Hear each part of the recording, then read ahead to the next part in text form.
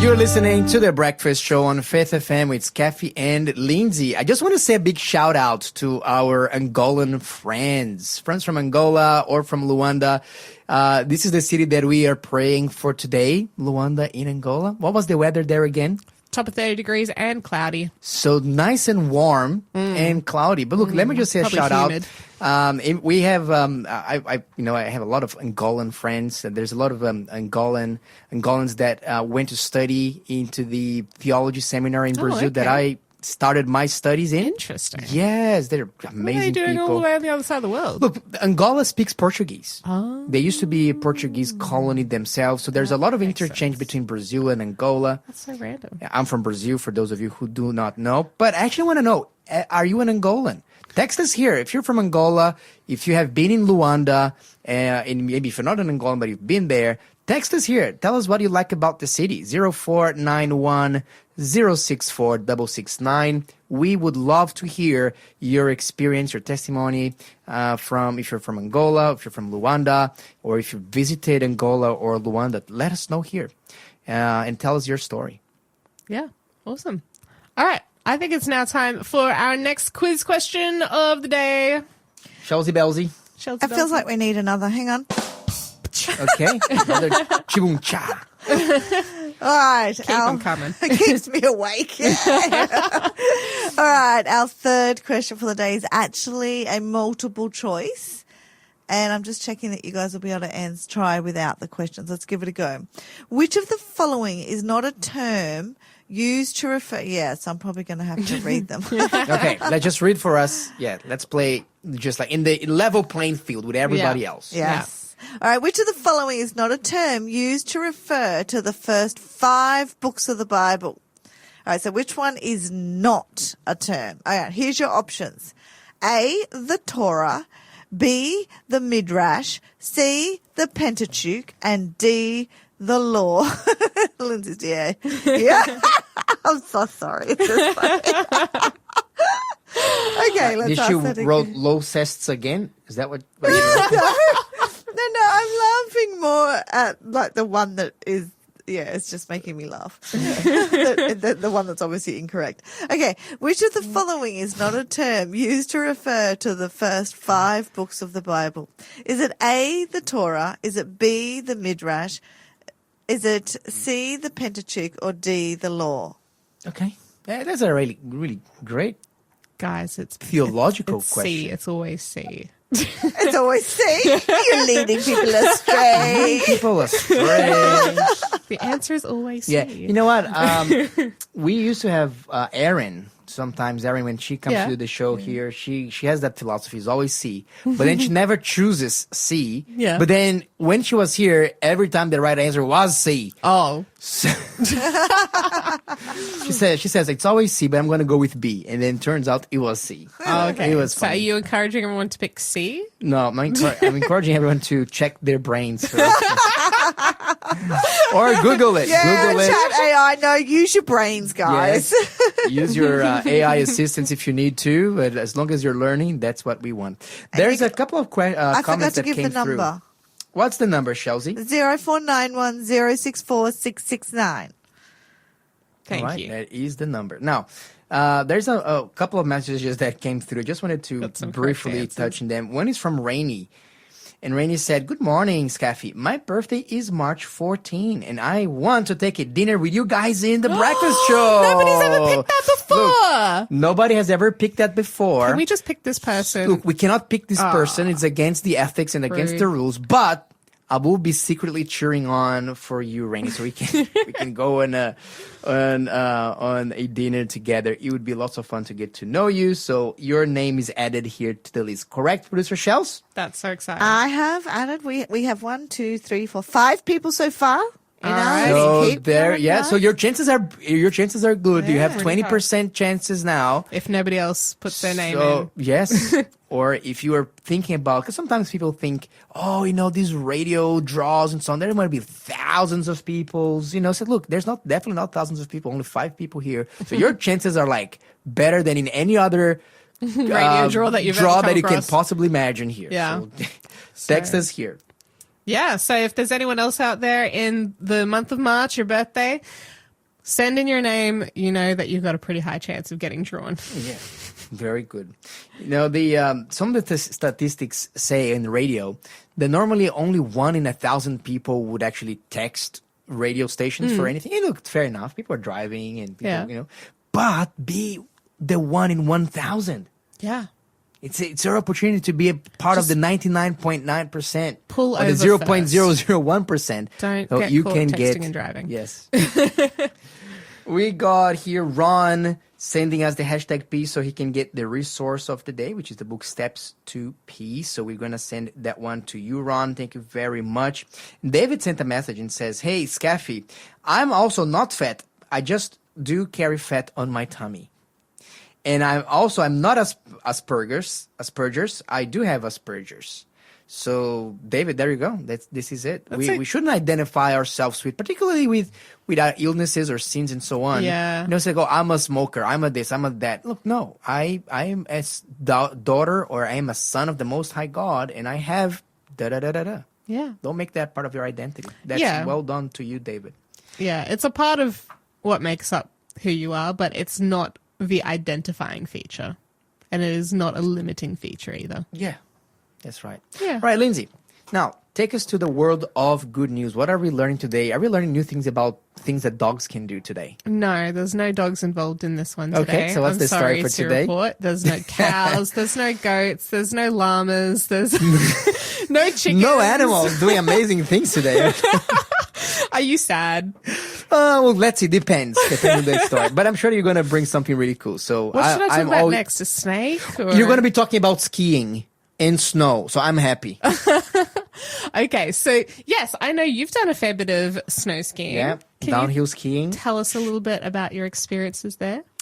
Yes. Look, I go to ski with my family. We try to go every year. To Japan, skiing. right? To Australia. In Australia. We love actually skiing here in Australia, Mount Parrish. You did go to Japan last year, right? For skiing? We did go to Japan. I have skied in Japan. I have skied in the United States. And I have skied in New Zealand as well. But my favorite place of all places is here in Australia. Believe it or not, people rubbish the Australian snow, but you know what? I think it's great snow. Like, isn't snow? Like, It is. Yeah, there it is. a difference? I think it's fantastic snow. At least every time I've been there, I only had a great experience. I've never gone snow skiing in my life. I try to avoid the snow as much as possible. Anything cold is the opposite of where I want to be. So, But this is the thing. There's not such a thing as bad weather. There's poor choices of clothes. Bad outfit choices. Because when you have the correct gear, and surely enough, like you feel like an onion. You have layers and layers of of clothing. They say that you need to have at least the gold standard is having 3 layers to protect yourself from any kind of cold. Yeah. But usually in Australia, you can get away with just 2 layers. Like one underlayer and one your ski jacket. Anyway, I am an addict in skiing pretty much. I love it. It's my favorite exercise out in nature. Okay. I wish I could do it more. I can't. I can only do a few days a year, but I enjoy every single moment that I am up there. Rightio. Okay, have you ever come across an avalanche or known anyone who's ever been in an avalanche before? Look, no, but when I was in Utah, I would hear explosions all the times from the avalanche prevention teams. Oh. They would see where there's risks from avalanches and they would set up some explosive devices. They will detonate them and that would cause like a low-grade controlled avalanche, so that will keep everyone safe. So it was very interesting. There you go. So today's story comes from some ski resort in the US. I don't know what part of the US off the top of my head, but there was a couple who were at this ski resort, and the husband, he decides he wants to go out for a ski. Obviously, that's why they're there. The wife is back at the lodge and enjoying a hot chocolate. Probably. I don't know what she was up to. But so he goes off for a ski, and then as he's coming down the slopes, an avalanche takes place beneath his feet. Wow. This is like the skier's number one nightmare. Yeah. Right? So there's an avalanche taking place. He kind of does a bit of a swimming motion, and he manages to stay upright after dodging a boulder and like getting around a boulder without slamming into it. And then he's completely buried and just stops. And he says that it felt like he was being encased in concrete.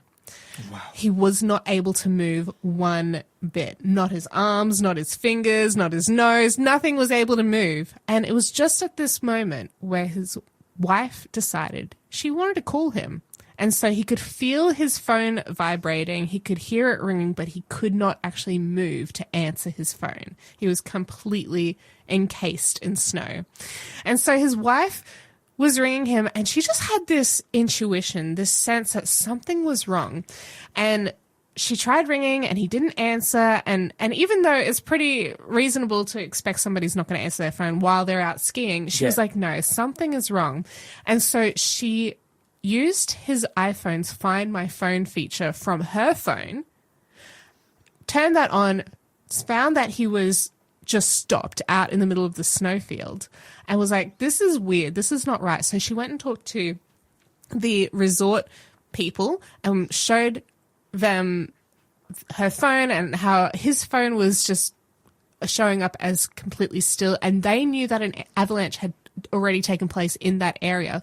And so because of her intuition and the Find My Phone feature, she was able to guide these people to find exactly where he was. And within 4 hours, he was saved. He did have hypothermia, but he's fine. I mean, 4 hours. Yeah, 4 hours completely Then still. there's a lot of miracles in that story. Like, how is he breathing? That's right. Look, they say that if you can, you have to try to create as much as an air pocket possible.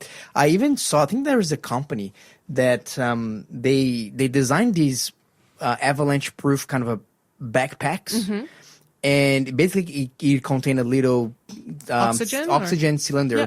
Look, the risk of you getting caught in an avalanche if you're skiing within the resort boundary areas, it's minimal. Zero. Yeah. I would say it's zero. Because it's groomed and so on. Sure. The avalanche risk is when you're skiing off-piste, what they call, like outside of the designated, like, official areas. Because sometimes people want to do this. There's, normally what happens with skiers is that there is this thing that skiers called powder. Powder is basically this fresh, untouched snow that nobody has skied on them before. Sure. And it is amazing because it feels like you're on floating on a cloud. Yeah. And a lot of skiers, they do chase that. Sure. But that's dangerous. It can be dangerous because they can be in areas that are not groomed, areas that are not really patrolled, and that's when a lot of avalanches happen. So they had this company had this backpack, and one of the things, they had like this little oxygen tank and with a little tube that gets like really close to your mouth, in the case that you are caught by an avalanche, you can have something to breathe and survive. Because you can actually die in few minutes. Yeah. And I think that because the carbon dioxide that comes out of your mouth is just staying right in front of your face, and you're just asphyxiating on that. Yeah, that's right. And with that backpack, I remember they're saying something like you can extend your chances for like 40 minutes instead of 5 minutes. Wow. So for him to be able to survive for 4 hours, well, it was already a miracle. Yeah, clearly that he was completely still. He wasn't using up a lot of oxygen, and so he was just like locked there and using a very little amount of his air. So that's a good thing. But yeah, definitely it was miraculous. Yes. Yeah. And there's some really interesting gadgets there. Like, find my iPhone. That something happened. Something similar happened to me once. I lost my phone. It fell out of my pocket in Japan, and it was buried deep into the powder there. Oh, and the only reason that I could find my phone was because of my Find My iPhone app. Otherwise, it would be still lost, at least until summer when so melted amazing away. story. But look, I see God acting here in this sixth sense of the wife. Sure, yeah. In him being able to survive dodging the rock. I Yeah. mean, surviving an avalanche is something that unfortunately not many people have the luxury to tell. So what an incredible story. Yeah, so good. Wow. God is good. You're listening to the Breakfast Show podcast on Faith FM. Positively different. Now, Shelsy Belsy, could you please give us the quiz answer? Lindsay Lou. These are not our real names, everyone, just so you know. This is just Skafy's silly names for us that we've decided to take on board. All right, Chelsea, what's the answer to the quiz question? All right. So the term that is not used to refer to the first 5 books of the Bible is the one that sounds like a disease. It is not the midrash. So what was Not interesting? the rash in the middle. Oh man! So the other three you said were Pentateuch, Torah, and law. Did you know that Torah means law? It means it's the same word. Yeah. Among other things. Among other things. So Yeah. capital T Torah is different to lowercase Torah. Lowercase Torah is law. Yeah, but Torah means law, but it can also mean teaching, Teaching, instruction. Yep, all yeah, those yeah. cool things. So, yeah, law is just a English version of one of the meanings of Torah. Yeah, I kind of like the teachings. Yeah. I like it, Yeah. Law sometimes can sound a very bit harsh. prescriptive. Very prescriptive, And teaching yeah. is more like, hey, let me just Let me help teach you like a better how way the of world life. works. Yeah. And the Midrash is that- very interesting book. It's basically a collection of Bible commentaries. Oh, it's okay. actually a book. Yeah, it's not one book, but like it's a collection of like various rabbis. So what happens, like the Yeah. rabbis, when they read the stories of the Bible, they came up with their little preachings about it, with their interpretation. They would often supply additional stories that would help to fill in the gaps. Sure. In the text, they would use, make applications of it. That's called the Midrash. Okay. So the collection of these, the Midrash means to seek or to inquire. So it's basically one of the most ancient forms of Bible commentaries. There you go. When do you know when it was written or began to be collected? Yeah, look, it has been written from 200 to 1000 after Christ. Okay, so BC 200. Yeah.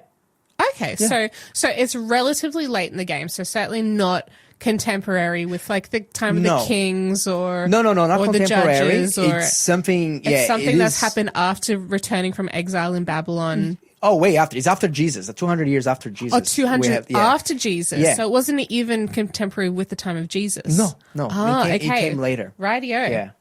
It came later and they started to collect it. But then it was written over a period of 800 years. Different rabbis, famous rabbis would write these things and they would collect. Interesting. So, for example, if you were a modern day Jewish rabbi, one of the big things that you need to know and study is the Midrash, are the traditions of the different teachers. And they not necessarily always agree within them, but the Jewish community always value that debate. That conversation, and I think that's definitely a lot of room for that. So that's the Midrash. I've heard something along the lines of, in the Jewish community, like, if you're not arguing about something in the Bible, like, you're doing it wrong. like the Jewish collection of writings. They say if you have like two Jews, you have three different opinions on the Bible. And I think it's actually a very healthy thing because basically they believed in knowledge through inquiry. Sure. And study and scrutinizing instead of just accepting whatever. Accepting it. No, they're never to just accept for the sake of accepting. Yeah. I wonder if there's too much inquiry or too much having disagreements that can be had. Like, do you think it gets a bit excessive at some point? Look, it can be. But I would say this. I think there's always room to inquire, to ask questions, to question. The only thing that my prescription is that don't question just for the sake of questioning. Sure. Because you have the skeptical person that is skeptical about everything just for the sake of being skeptical. Yeah. I don't believe that because this and that. And then someone offers a good evidence and they say, yeah, nah. Yeah. And I think this is a good skeptic needs to be skeptical about his own skepticism. Sure. Yeah. I was a skeptical, and I think that through my skepticism, I ended up coming to the faith. Okay. In God. Because yes, I was skeptical, but I was looking into it, and I saw the evidence, and persuaded and you're willing me. to at least be persuaded by something in this life, and not always just have everything up in the air. Not just questioning for the sake of questioning, Sure. but questioning for the sake of actually learning the truth or learning what patterns, what explanations better explain the world that we live in. Yeah, cool. Okay, Lindsay, have you heard about the Asian Women's World Football Cup that's happening in Australia? I don't know if you know me very well, but I don't follow sport whatsoever. Look, there's this women's Asian Cup going on, and there's some interesting countries playing them, including North Korea. The North Korean team is here in Australia. Oh, there you go. All the ladies that are playing soccer for North Korea are here, and one of the teams that was here as well was Iran. Oh, okay. And in their opening match against South Korea, when they were playing the Iranian hymn, like their national anthem, five of the girls that were on the soccer team refused to sing. Oh. They're not singing. It was an act of protest. It was understood as being so. And they were then labeled by the Iranian TV station that was broadcasting the games as traitors. National traitors. Now, Now, didn't sing the song? because they didn't sing the anthem. Wow. And of course, the media in Iran is controlled by the Ayatollah regime, by the fundamentalist regime. So they saw this as an utmost act of treason. And if you know anything, in the world of radical Islam, if anybody's called a traitor, that basically means that you have a death sentence in your head. Because this is the greatest crime you can possibly commit. Wow. What a life. So they left the game and they were in their buses. And you had a lot of fans, Australian Iranians in the Iranian community in Australia. They were just like waving at them. And then some of these people realized that the ladies in the bus, they were making a certain movement with their hands. Yeah. And at first, if your eyes are not trained, it looks like they were just waving. Sure. But they were not waving. They were kind of closing and opening their hands and then putting their thumbs in the middle of their hands. This is an international sign for SOS. Oh. If you're under distress and asking, Okay. please help us. Please Right. save us. And some of the spectators that were there, they were accompanying the bus, they saw this. And they decided to rush ahead of the bus that was carrying the girls outside of the stadium. And they tried to block the way of the bus and wait for the police to come so that the police could help these ladies that were in distress. Wow. So the police finally came, and guess what they've done? What? They told the cheerers, like the people trying to save the ladies, hey, go away, let the bus keep going.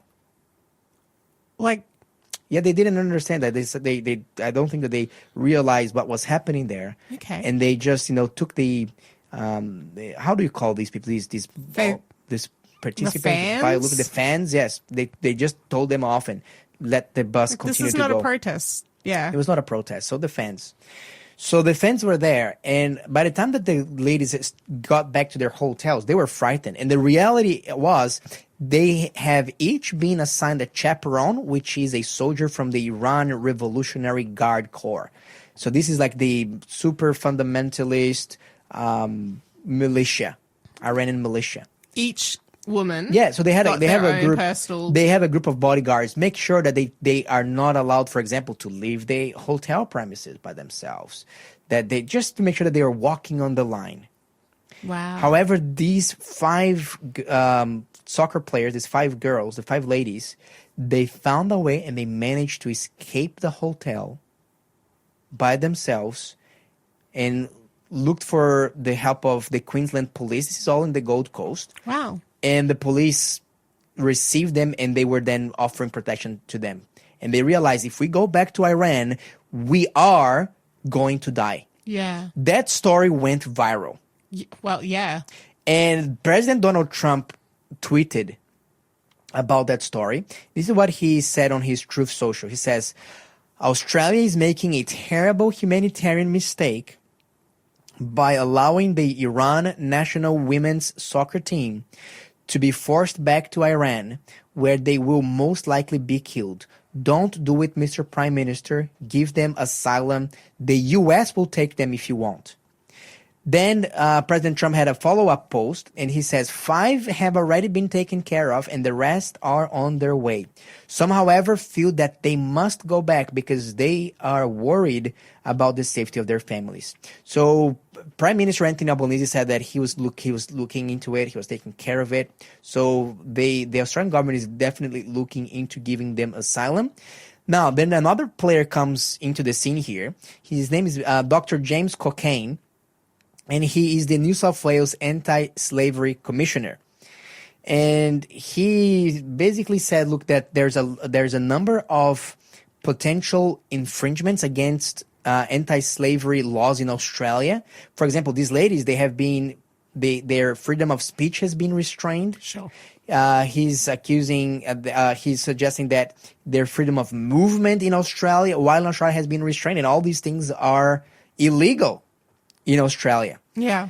So depending what happens here, maybe the IRGC guards can be criminally prosecuted in Australia for all of these things, and they are really looking into offering all of these ladies who want a permanent stay in Australia, at least temporarily, at least until the situation in Iran can be stabilized. Interesting. Yeah.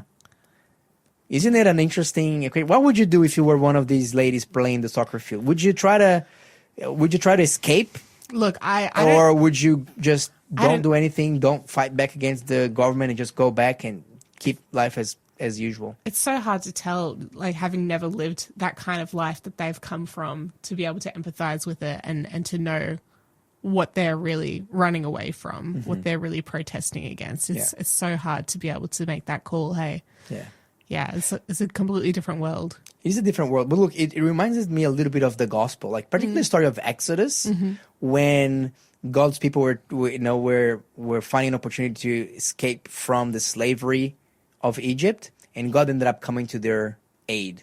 And look, I really hope that these ladies that want to stay, they can stay in Australia, that they can flee, or if they want to come back after, they be welcome to come back. But I think that they saw this opportunity, and I think that they are going to become really national symbols for Iranians, saying, look, you know what, they were not afraid, because they knew the moment that they decided not to sing that anthem, that their lives would be under threat. And they were doing so because they believed that the Iranian people should be entitled to be free, to be free to make their choices. But the ultimate freedom is the freedom that comes in God. Because, look, we can have freedom or not freedom politically from our countries, but the ultimate freedom is the freedom of being able to choose to follow God's laws and to be able to choose to follow God's plan for our lives. When we don't know Jesus, when we don't have a connection with the Holy Spirit, we are automatically slaves to sin, the Bible says. So you can be the freest person on earth, live in the freest country, and still be a slave of sin. And that is the freedom that Jesus wants all of us to have. And when you have that freedom that exists in Christ, you can be in the worst of prisons and you still be a free person. You're listening to the Breakfast Show podcast on Faith FM. Positively different. And it's now the time for our interview. Today we are interviewing Rod Bailey. He is our agricultural expert here, and he's building up the most comprehensive guide to moving to the country you will ever hear on radio. Rod, good morning to you. It's great to have you here with us again, my friend. Good morning, team. Good morning. Rod, before we start, we are going to be talking about property access and soil and, what to do with that. But before we get into that, a lot of people are very curious about how are farmers coping with the increase of prices of petrol, of gas, of diesel, and in particular, and also not only the increasing in prices, but word is that there's even shortages happening. Can you tell us a little bit from your perspective what's going on in that world? Yeah, this is a huge concern for farmers, Skafy. I'll start off by saying not all of us are affected in the same way or to the same extent. For example, compared to most farmers, the fuel usage on our farm is pretty small. We're largely a people-powered farm, not a machinery-powered farm. But even on our small farm, a small increase in fuel costs or any costs makes a large difference to our bottom line because farming profit margins are so small. Yeah. But for those large-scale farmers that Australia relies on for food or fibre, the dramatic rise in fuel costs in the last week and even fuel availability, as you say, are a huge problem. I'm hearing that some Australian fuel wholesalers are rationing fuel. In both New South Wales and Western Australia, these wholesalers are only delivering 10 to 50% of their country orders. It seems they're prioritising the more lucrative retail market, and in some places they've even stopped supplying country fuel distributors completely. So, because in these farms, what happens? So they usually there's a big big tanker truck that goes to their property and delivers the fuel on site. That normally, because surely you would not be driving your tractors everywhere, because that would be a massive waste of That's right, of Skafy. fuel. the farmers can't just drive their tractors and trucks down to the local survey to fuel up.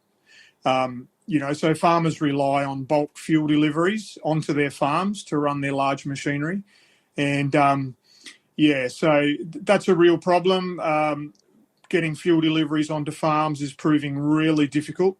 Many farmers are only getting a quarter or less of what they're actually ordered, or they're not getting it at all. One large cropper, in the middle of seeding winter grain crops, ordered 20,000 litres. I think it was early last week or late the week before. He only received 2,000 litres. Oh, wow. And he's not sure when the next delivery might arrive. And these guys, in broadacre cropping, as I say, they're in the middle of winter seeding at the moment. They use tens of thousands of litres a week, and they're getting 2,000 litres, delivered to their farms. So that's enough for just a couple of days of operation, and that's it. Well, some not even that. They might have 5 or 6 tractors going, seeders going at once. These guys run 24 hours when the soil conditions are right. And so, where farmers can get it, some are stockpiling fuel because they're uncertain whether they'll be able to get it in the next week or two. And so, it's a huge problem, but it goes beyond fuel. You can imagine the stress of these large-scale croppers. If their soil conditions are right, they need to get the seed in now. But at the same time, they're struggling with raising fertiliser prices, because especially urea, which is the main form of nitrogens that's used in cropping, it's critical for their winter cropping planning right now. And the fertiliser importers are reliant on supplies from the Middle East, where the urea is made from oil products. And so, not only are the fuel prices rising, the fertiliser prices are rising, but availability, the stress of not knowing what's going to happen next week is a real drama. Wow. So that's the potential for some serious shortages in the food sector here from all of these shocks coming from all sides, pretty much. It's very possible. And then, it goes further than that. Like, Australia's truckies are struggling to get enough fuel to transport goods into the regional areas. So whether it's the fertiliser going out to farms, or whether it's spare parts, or, whatever it is, all of it's severely disrupting farming activity. And, it really highlights that farmers carry the majority of the risk for our food production. Farmers aren't whingers. They do the best with what they've got. Sometimes they wish consumers of their food better understood the difficulties of their businesses. They're being squeezed from every side. Adverse weather events, that's the farmer's lot. At the moment, much of central and western Queensland is flooded. So all of those grain and cattle producers out there, their paddocks are flooded, their homesteads are flooded. They're not sure where their cattle are. We've got sharply rising costs. They're being squeezed by supermarkets. As I say, farmers carry nearly all of the risk involved in food production. And, it's so risky that insurance companies largely won't give them crop or income insurance. Statistical probabilities tell these insurance companies that if they insure farmers, they will lose their money. And all these things conspire. Many farmers at their end of their tether. To spare a thought and many a prayer, if you could, for these farmers that are really struggling to produce your food and fibre. Absolutely. No, we're going to be praying for them, because it looks like there's there's pressures from the other side. Look, you can argue which one is the most important industry in any country, but in whatever is the list that you come up with, farmers will always have to be there, because without farmers, we just don't eat.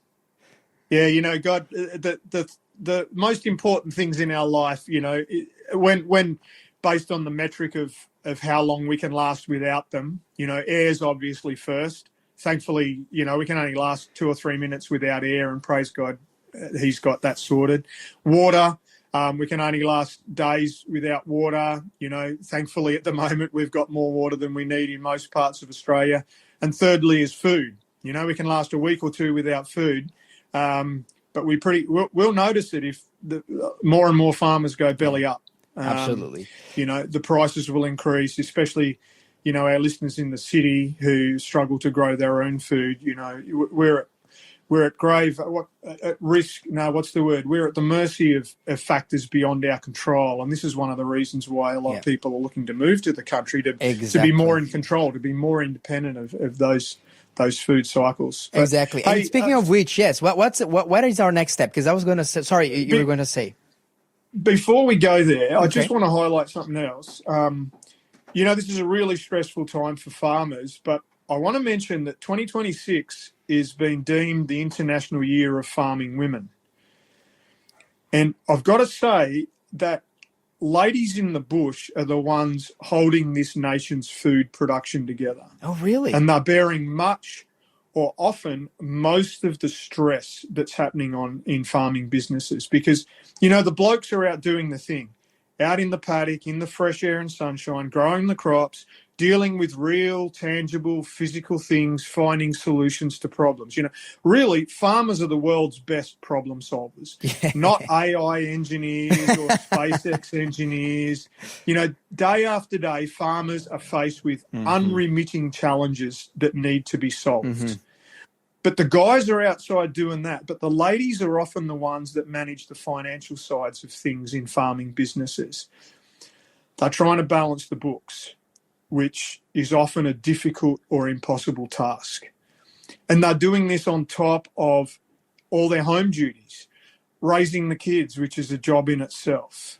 In my wife's case, raising her primary interest these days is on our grandchildren, But like it or not, farming wives are spread too thin. They've never got enough time. They're trying to do the books, trying to pay the bills at night after the kids have gone to bed. There's never enough money in the bank. So they're facing the stress of juggling invoices from suppliers, paying the tax man, making sure there's enough money for the next mortgage repayment to go out. And after doing this at night after the kids have gone to sleep, they're trying to go to bed themselves and they can't switch off. And so they don't sleep well. Their cortisol levels are permanently elevated. It affects their physical health. Often they put on weight. They struggle with mental health, spiritual health. They get to the point where they feel they're not in control of their lives anymore. This farming lifestyle, this farming business, because of all the pressures, has become more of a curse than it is a blessing. And so I'd really encourage you to spare a thought and many a prayer for these resilient men in the bush, producing our food and fibre, but especially the women. All the time, but especially now when you hear about adverse weather events or supply chain interruptions or such as this war, when all these things throw a spanner in the farming works, spare a thought and a prayer for these farming families that are doing it tough. Absolutely, Rod. And look, we thank you for bringing that up because oftentimes as you mentioned, farmers are not whingers. They're not whinging about it. They're never complaining about anything. We are the ones who are spoiled in living in the cities and we only normally pay attention when something's wrong. This is kind of the one of the difficult things about being in the background. Is that people that are supporting and serving others from the background, they're often just noticed when things are not going well. When things are going well, nobody pays attention. We kind of take that for granted. But really, farmers, and particularly as you mentioned, women in farming, they're having it really, really tough. And my prayer is that God will take good care of them because they are taking good care of us as well. And if there's anything we can do practically as well, let us know here. If you are a farmer or a woman in farming, let us know here. Tell us, if you identify with some of these hardships that Rod is talking about here. 0491 and 064669. We want to pray for you. We want to be able to support you in however we can. Rod, we have about 2 minutes left. I think I'm going to get producer Shells to give us a little bit more time here, because you also wanted to talk, and I think this is more important than ever. And a lot of people are considering, hey, how can I move to the country and have a little bit more of a hold in my food security, my family's food security? So today you want to talk to us about soil and property access. So what are some of the things that people that are contemplating the move to the country that they should be wise about? We've been going step by step through these different factors that people need to consider when they're assessing a property for purchase. You know, we've talked about climate and water and location and aspect and topography and size, and so these different things that you can't change about a property. And just an example of a problem that sometimes people come up again that's hot off the press that I thought I'd share about, and that is access to properties. You know, it's so important to check that a property you're considering to purchase has legal access. If the property runs right to the road, there's no problem with legal access. But if your property is set back and relying on some sort of an easement, it's really, really important that you check that that is a legal easement, because some friends of ours were recently looking to buy a property close by to us. It suited their budget, it suited everything they were looking for. So they made an offer. Thankfully, that was conditional on due diligence being completed, and their conveyancer was very particular about following all the threads through, as a good solicitor or conveyancer will be. And she checked that the easement to this property, if the easement to this property was legal. And it turned out that the access was through what's called a travelling stock route, a TSR. And so these are areas along roads, main roads particularly, where, you know, the farms don't come right up to the roads, but there's space there for farmers to drove their cattle, you know, to walk their cattle from farm to farm or to town. And when she followed this TSR through, Local Land Service, which is the government agency that looks after TSRs, advised her that that particular TSR was under a native title claim. And so some years in the past, over a decade ago, local Indigenous folk had put a title claim over all the TSRs in the area because they are government property. And so the solicitor followed it through to the local Aboriginal Land Service, or land organisation, had put this title claim over, and they advised her that from their perspective, that this property was actually landlocked, because they would not be willing to honour the time, you know, the age-old agreement that local landholders could use the TSR as access. And so that threw their whole property purchase in a spanner in the works, and to the point where they withdrew their offer because they don't have a legal access. Wow. So does it mean that they could prevent them from accessing their property or getting in and out? Is that basically what it's at stake? Yes. If this land claim is finally solved in their favour, it's been ongoing for decades and it hasn't been resolved yet. But absolutely, if the land claim is granted, they could either prevent their access or they could charge them for the privilege of using their access. Wow. Okay. Well, there's so many. Like, who in the world would even think about that when they're trying to? They look at the property in the country. It ticks all the boxes. And then there's like TSRs and, you know, legal battles, and everything can really put the whole process down the drain. Well, I hope every listener now will ask that question when they're ever looking to purchase a country property. Is my access legal? You know, it's just another one of those traps that we can fall into if we're doing it for the first time, or we're inexperienced, or we don't get the right advice. You know, wow. My friend and his wife are just so thankful that the conveyancer was diligent and followed it through to 100% make sure that their client was being looked after. Shout out. That convincer was really doing their job properly there, because Yeah. that would be very hard to catch. I wish I could advertise her services here, because she deserves, kudos and more business because of that. That's the absolutely. sort of conveyancer you want to be looking after your property purchase. Look, if you need a conveyancer that is as diligent as this lady, text us here, and we'll forward your inquiry to Rod, and he'll connect you with them. Because we definitely have to privilege people that are doing their jobs really well. Rod, thank you so much for today. Thanks for raising it up, particularly how tough our farmers are doing, so we can spare some thoughts and some prayers, especially for them, and even some practical help there. We definitely think that all Australians owe a debt of gratitude to our farmers here, because they are the ones allowing everything else to really continue. When our bodies are nourished, when you have food on our table, it's because there's a lot of hard work between every single salad leaf or tomato or cucumber or piece of meat that goes into our plate. Thank you very much, Rod. I appreciate your time with us, and we're looking forward to talk to you again next time, when we will continue our journey through moving to the country.